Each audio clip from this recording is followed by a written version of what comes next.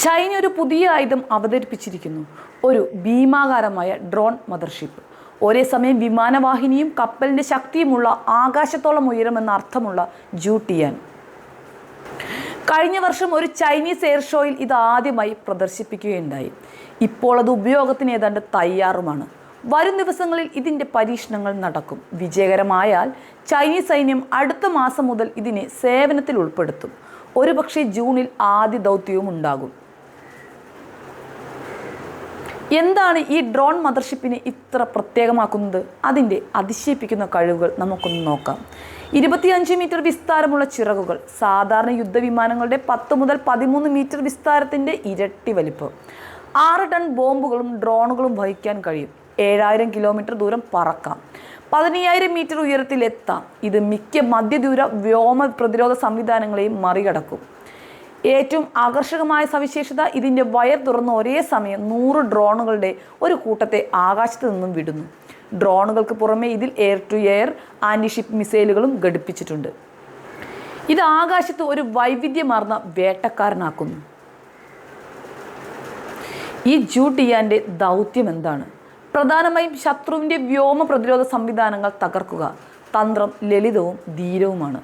ശത്രുരാജ്യത്തിൻ്റെ അതിർത്തിക്ക് സമീപം പറന്നെത്തി ഡ്രോൺ കൂട്ടത്തെ വിടുക, പ്രതിരോധ സംവിധാനങ്ങളെ തകർക്കുക. ഒരു ഗെയിം ചേഞ്ചർ പോലെ തോന്നുന്നു അല്ലേ? എന്നാൽ എല്ലാവരും ഇതിൽ ബോധ്യപ്പെട്ടിട്ടില്ല. ചില വിദഗ്ധർ ഇതിനെ മിസൈൽ മാഗ്നറ്റ് എന്ന് വിളിക്കുന്നു. കാരണം ഇതിൻ്റെ വലിപ്പവും ഭാരവും ഒരു യുദ്ധവിമാനത്തിൻ്റെയോ ബോംബറിൻ്റെയോ രഹസ്യ സ്വഭാവം ഇല്ലാതാക്കുന്നുണ്ട്. അമേരിക്കയുടെ ഗ്ലോബൽ ഹോക്കിന് ആക്രമണശേഷിയില്ല. MQ-9 റീപ്പറിന് കുറഞ്ഞ ആയുധശക്തിയേ ഉള്ളൂ. എന്നാൽ ജൂട്ടിയാൻ അതുല്യനാണ്. പക്ഷേ യുദ്ധത്തിൽ മാത്രമേ ഇതിൻ്റെ ശക്തി തെളിയൂ. യുദ്ധത്തെക്കുറിച്ച് പറഞ്ഞാൽ, കഴിഞ്ഞ മാസം ചൈനീസ് ആയുധങ്ങൾ യഥാർത്ഥ പരീക്ഷണത്തിന് വിധേയമായി. പാകിസ്ഥാൻ തങ്ങളുടെ 80% ആയുധങ്ങളും ചൈനയിൽ നിന്നാണ് വാങ്ങിക്കുന്നത്.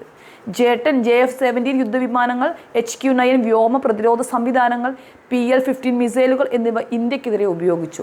ഫലം നിരാശാജനകം. ഇന്ത്യൻ മിസൈലുകൾ ചൈനീസ് പ്രതിരോധ സംവിധാനങ്ങളെ ഭേദിച്ച് 11 പാക് സൈനിക കേന്ദ്രങ്ങൾ, റഡാറുകൾ, റൺവേകൾ, കമാൻഡ് സെന്ററുകൾ തകർത്തു. പഞ്ചാബിലെ ഹോഷിയാർപൂരിൽ ഒരു PL-15 മിസൈൽ പൊട്ടാതെ കേടുപാടുകളില്ലാതെ വീണു. ഇത് പരാജയപ്പെട്ടതാണോ അതോ ഇന്ത്യ നിർവീര്യമാക്കിയതാണോ? ഏതായാലും ചൈനയ്ക്ക് ഇത് നാണക്കേട് തന്നെയാണ്.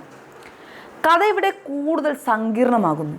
ചൈന ആയുധങ്ങൾ മാത്രമല്ല, പാകിസ്ഥാന് സാറ്റലൈറ്റ് പിന്തുണയും നൽകിയെന്നാണ് റിപ്പോർട്ടുകൾ. പഹൽഗാം ആക്രമണത്തിന് ശേഷം ഇന്ത്യൻ സൈനിക നീക്കങ്ങൾ നിരീക്ഷിക്കാൻ പാകിസ്ഥാൻ്റെ 5 സാറ്റലൈറ്റുകൾ ക്രമീകരിക്കാൻ ചൈന സഹായിച്ചു.